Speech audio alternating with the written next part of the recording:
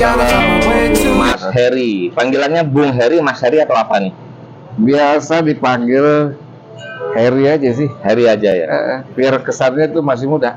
Oh, emang masih muda. Oke. Wah, kopi gue udah ada duluan nih. Makasih ya Mas, makasih. Masa saya manggil Heri? Bung Heri aja ya saya panggil ya. Boleh. Bung Heri di Yogyakarta, sudah sering ke Yogyakarta, asli Jogja atau bagaimana nih, Bung Heri? Iya, kalau ke Jogja udah sering, tapi dalam rangka khususnya Hanura itu mungkin 1 tahun lalu lah, dalam rangka Hanura khususnya milenial. Oke. Milenial terus seni. Jadi dari DPP saya dapat arahan untuk merekrut seniman-seniman Yogyakarta. Oke. Gitu. Kenapa yang dibidik seniman, Pak? Apa yang istimewa dari seniman dari sudut pandang Hanura sendiri, Pak?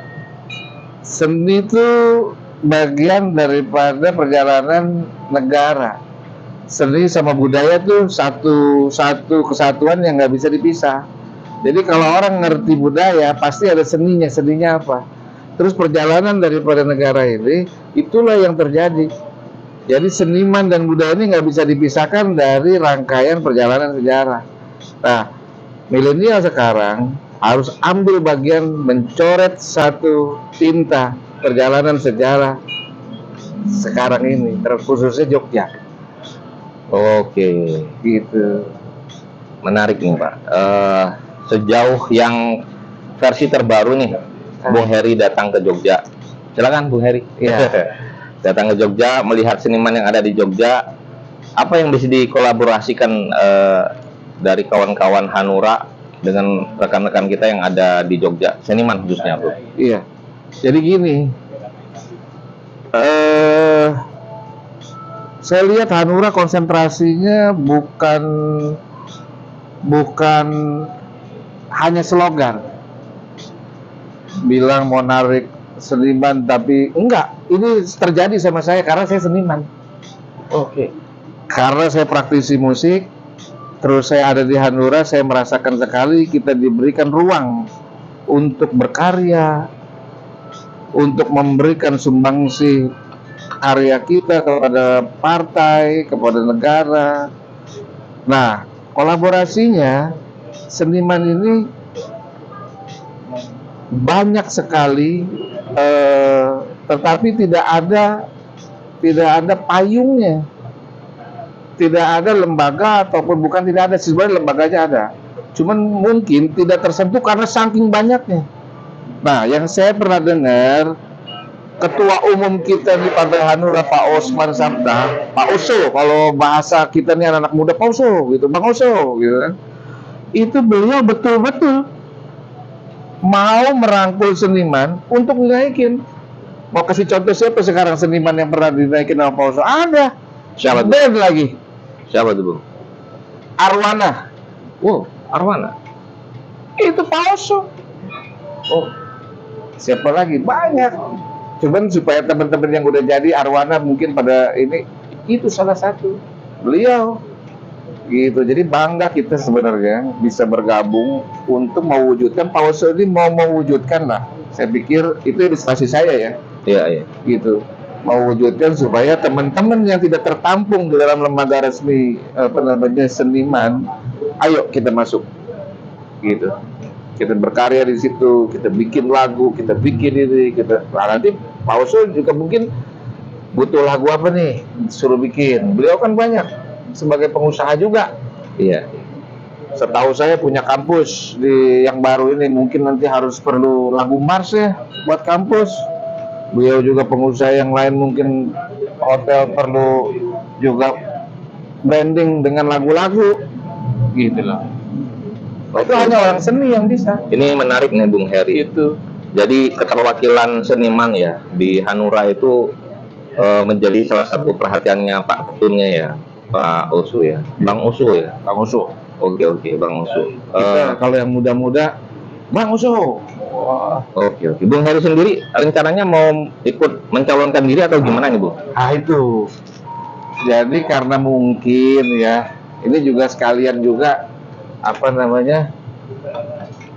mumpung ditanya kan, karena saya kemarin ada dengar, memang iya waktu itu saya yang termasuk salah satu yang diarahkan oleh Pak Ketum ataupun DPP untuk percepatan Jogja supaya lebih baik untuk Hanura. Terus yang saya dengar lagi dari kawan-kawan pengurus mendorong saya untuk maju lewat Jogja, tapi kan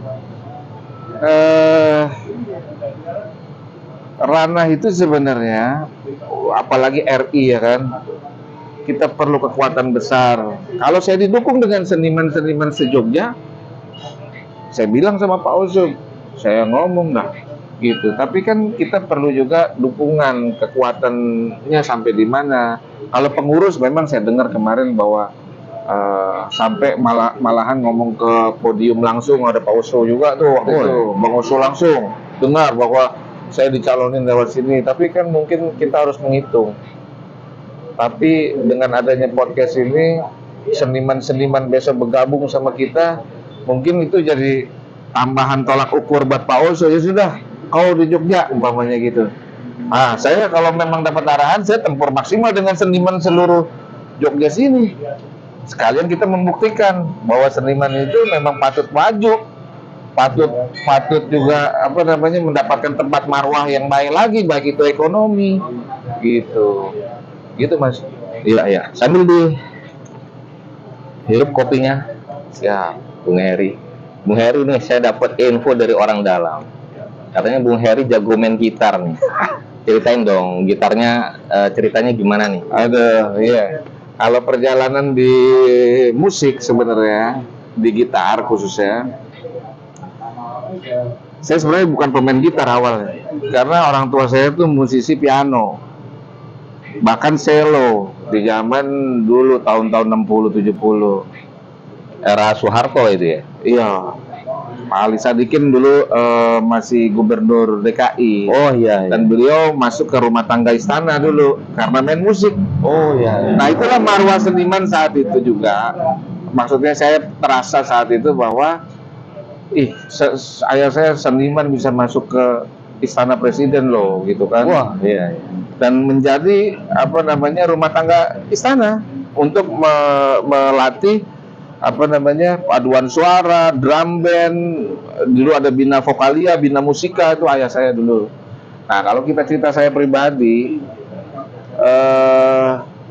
mungkin saya dari player seperti teman-teman main band dari cafe to cafe, terus bikin album, terus musik director di Sony pernah dengan kawan-kawan, terus di beberapa rumah production lah.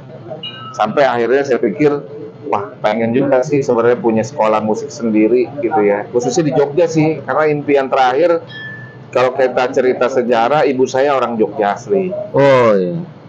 Jogjanya di mana tuh, Bung? Jogjanya dulu di Mendungan, itu arah ke yang perak-perak itu kerajinan Kota Gede. Kota Gede. Oh, oke. Gitu, di situ. Jadi saya pikir saya setuju sekali dengan tagline-nya Pak Oso, Bang Oso, bahwa dari daerah kita membangun gitu untuk rakyat, kesejahteraan rakyat. Itu saya setuju banget tuh. Makanya kalau boleh, saya pengen juga punya sekolahan di sini gitu, tapi yang non formal. Ya. Jadi mereka bukan hanya musik sih, kalau saya pengen gitu ya, karena kita berbagi itu. Saya pikir apa hobinya, seni, mau tari, mau musik, mau apa, terus ada dia senang mesin, apa dia belajar mesin motor, nanti dia keluar udah bisa tuh kerja di bengkel motor. Kalaupun dia punya rezeki, dia bisa bikin bengkel sendiri. Itu cita-cita saya yang belum tersampaikan. Mudah-mudahan ada podcast gini, mana tahu orang Hanura mau dukung tuh. Itu bisa lari ke UMKM juga ya, ke depannya ya, Pak? Ya, kalau kategori ke situ pasti, tapi saya pikir apakah ini bisa cepat ya, mana tahu lah Tuhan, mudah-mudahan bisa. Itu ini saya ya, pemikiran saya. Seniman itu identik dengan pemimpi nih, Bung Heri. Apakah ini hanya mimpi dari seorang Bung Heri, atau apakah bisa meregenerasi